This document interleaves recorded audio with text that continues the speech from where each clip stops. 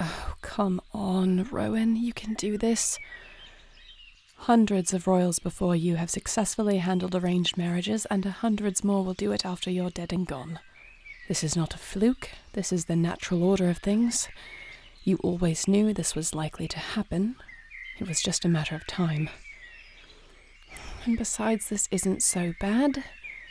You've faced down fearsome enemies on the battlefield and recovered from plague. You've been commanding the airborne forces for over 2 years now.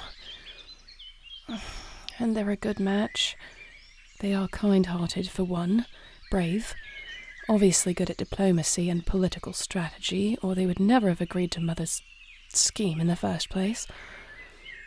And, well, they are rather attractive too, aren't they?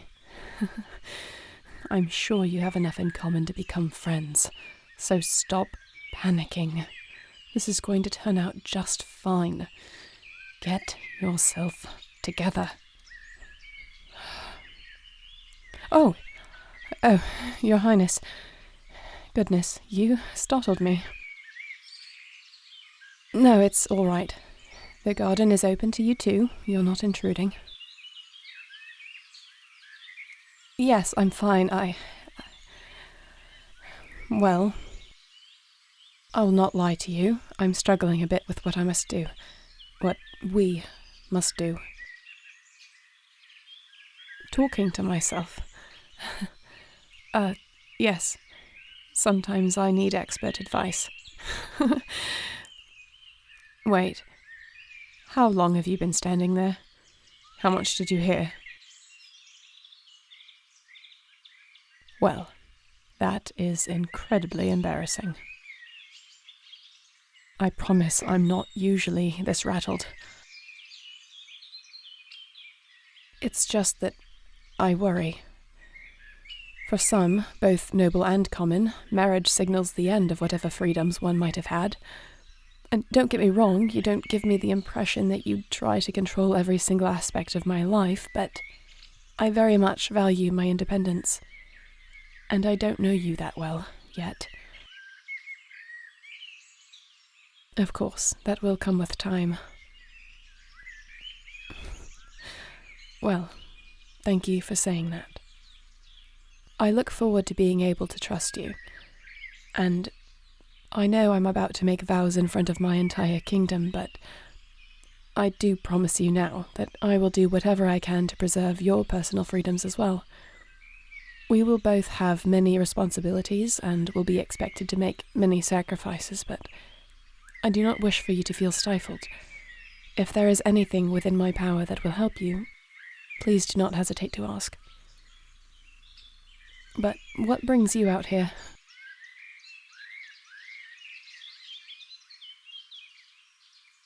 Oh, I'm sorry for your struggle.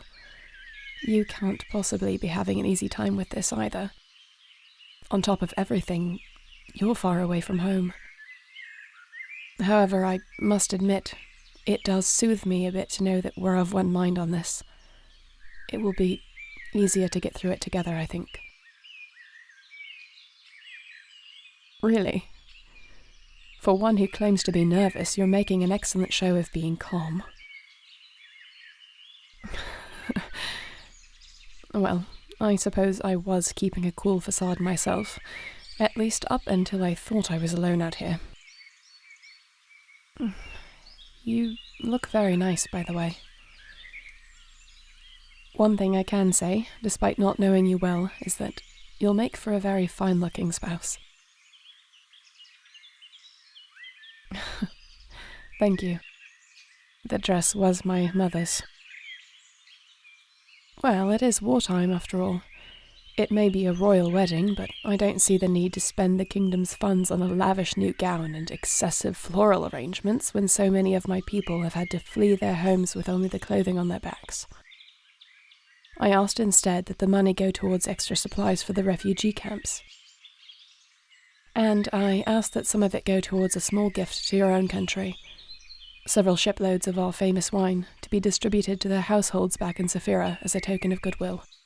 It's not much, I know, but I'm hoping to solidify the good opinion of your own people. Once this war is over, we will need their backing. No, my mother had nothing to do with that. I am quite capable of coming up with good political strategy on my own, thank you. My apologies. You came out here to be alone with your thoughts, and here I am rattling away. I will take my leave. But thank you for your kind words. Believe it or not, you've helped me find some comfort. And I suppose I will see you at the altar, Your Highness.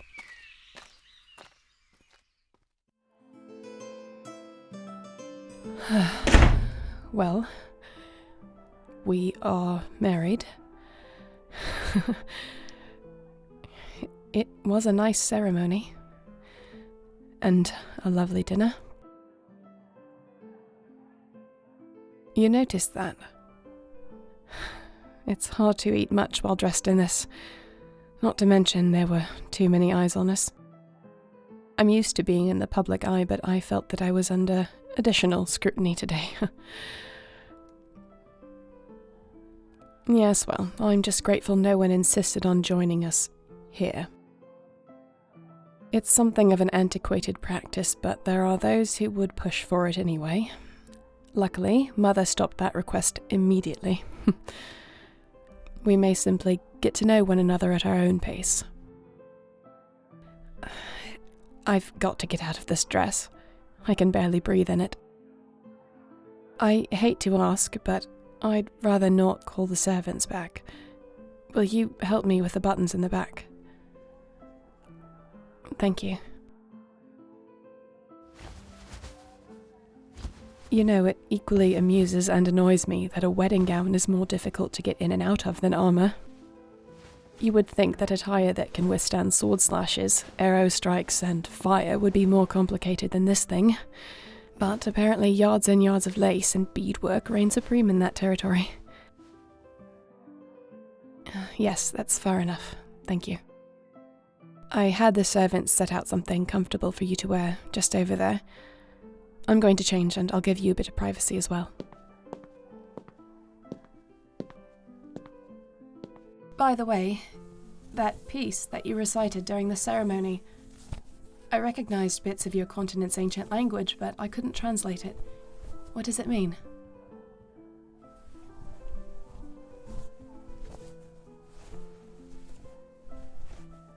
That's nice. Sort of a marriage blessing, then. Is it a wedding tradition in Saphira?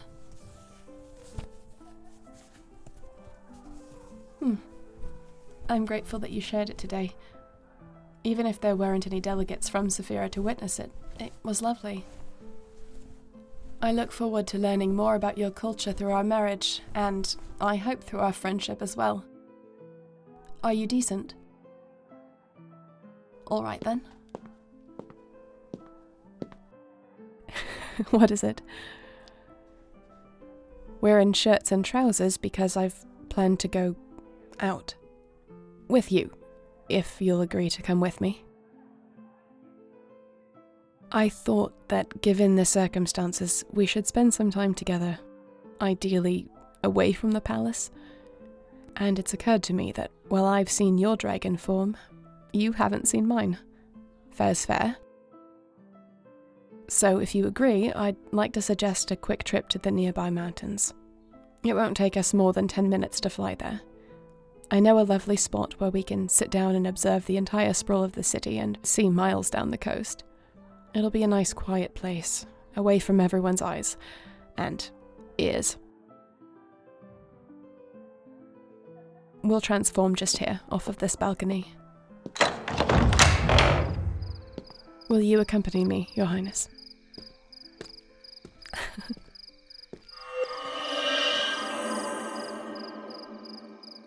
Well, this is me. Can you hear my voice in here? Good. I did have some doubts about whether we'd be able to communicate mind to mind, but it seems that the gift is the same in both of our lines. It's actually a relief. Like Her Majesty the Queen, I am a southern alpine dragon, distinguishable by the ruby coloration of our scales and our slightly above average wingspan. While I am among others of my kind, you can identify me by the golden scales on my crest and legs, and the scar here on my face. Yes, I did get the scar while fighting as a dragon. It's a lot more noticeable in this form than when I'm human. My first battle. Suffice it to say, I was a bit too confident. I rushed ahead, eager for victory, and unintentionally put my warriors in danger. When I realized my mistake, I put myself between them and the enemy and took a few injuries in the process. But I learned my lesson. I've lost many in battle, but I've been more careful ever since. Please, join me. The night beckons. There you are, dragon. Resplendent as always. Follow me.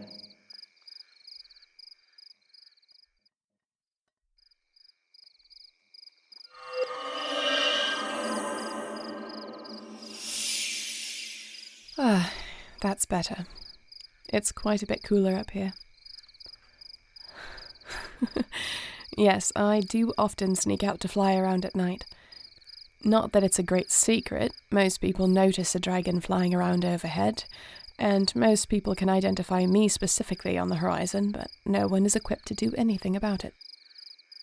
Her Majesty deems it a lack of decorum. However, she won't come after me herself, and if she or Ambrose sent someone on horseback to fetch me, it would take them a few hours to get here. By which time I would have already returned to the palace, so I've afforded myself the luxury of solitude. You're right, it's not solitude now, but it's also not bustling with servants. There aren't warriors at every turn seeking orders. Ambrose can't shoo me off to this event or that meeting or some such. I don't have to be Princess Rowan, I can just be Rowan. And I hope that you can just be yourself too. You mean, why am I sharing this place with you? Well, a few months ago, you saved my life. You didn't have to. You didn't know who I was, what I was. I would argue that, given what you had gone through, you had more reason to believe me a threat than anything else. And yet, you dragged my unconscious body further into the cave, out of the elements. You tucked me under your wing so I'd stay warm. You didn't snap at me when I was yanking arrows out of you, even though it must have hurt. You showed me the most kindness you could in that moment. Now, you are far from home, thrust into a marriage you didn't ask for. You've spent the last 2 weeks studying Zaterran culture, training with the warriors, attending our war council, all the while handling it with extreme composure, I might add, just because I thought to bring up to my mother that you were a shifter as well.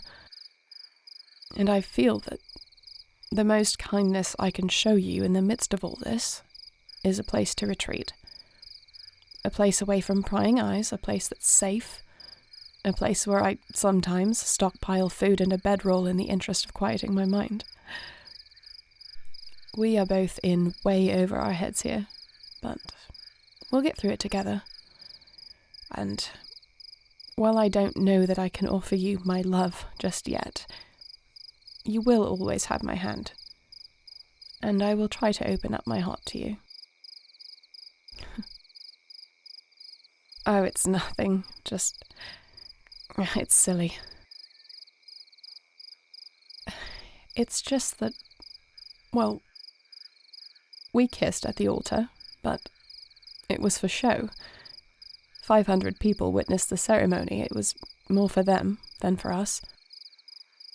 And I was wondering what it would be like to actually kiss you. With feeling.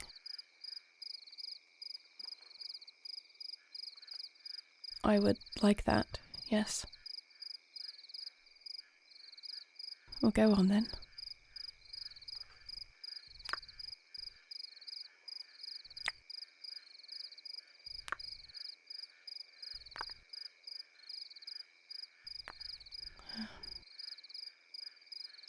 Yes, I enjoyed it. What about you? Good.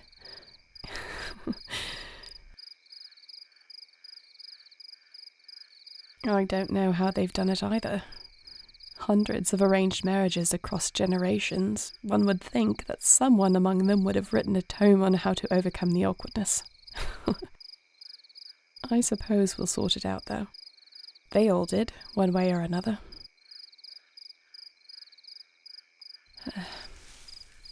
Are you hungry?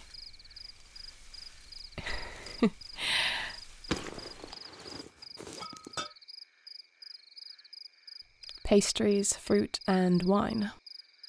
I knew I wouldn't be eating much at the wedding, and I made a lucky guess that you wouldn't have much of an appetite either. Now, though, I'm ravenous. Which is why I brought up some food early this morning. Would you like to share this with me? There you are. A toast. To us, I suppose.